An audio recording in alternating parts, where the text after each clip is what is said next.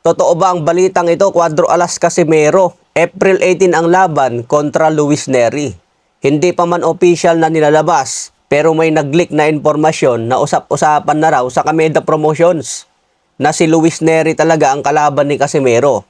Kung matuloy man ito, napakagandang laban para kay Cuadro Alas. Meron pang pag-asa si Casimero na umakyat sa rankings kung matalo niya si Luis Nery.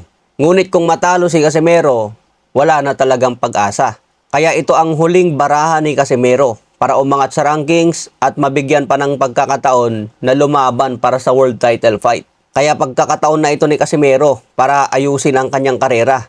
Kailangan may panalo ito kontra Luis Nery. Mas maganda kung in-knockout niya si Luis Nery para sigurado ang kanyang panalo. Kung sa decision, baka pwede pang dayain. Dapat knockout. Kung hindi niya kayang tapusin si Luis Nery, siguraduhin niya na kaya niyang i-knockdown. Para sa mata ng hurado at sa mga fans, mas lamang si Cuadro Alas. Tingin ko sa kanilang dalawa, mas matigas si Casimero. Although sa record, mas malakas ang knockout percentage ni Nery kumpara kay Casimero. Pero sa tigas nilang dalawa, mas lamang si Casimero. Bagay ang estilo ni Luis Nery kay Cuadro Alas. Hindi kasi tumatakbo si Luis Nery. Hindi rin siya outboxer. Talagang sumasabay din yan ng suntukan. Kaya magandang pukpukan ito sa April 18. Sana matuloy na nga yan. Inaantay na lang ang official announcement tungkol dyan.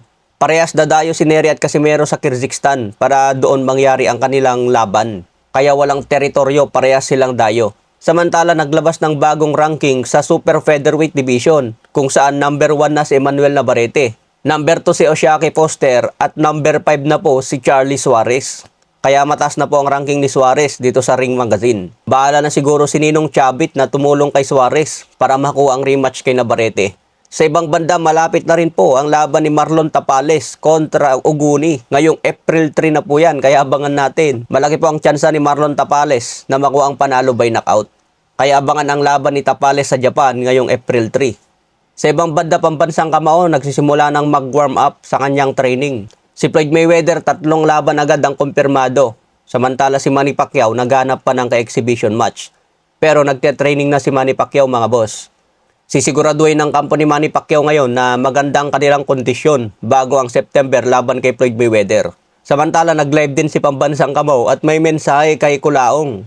Sabi ni Pacman, sana magbago na raw si Kulaong. Pwede naman daw siya tumulong na hindi na kailangan magmura o manlait ng ibang tao. Magpakabait na raw si Kulaong, mga boss. Okay mga boss, hanggang sa muli nating updates.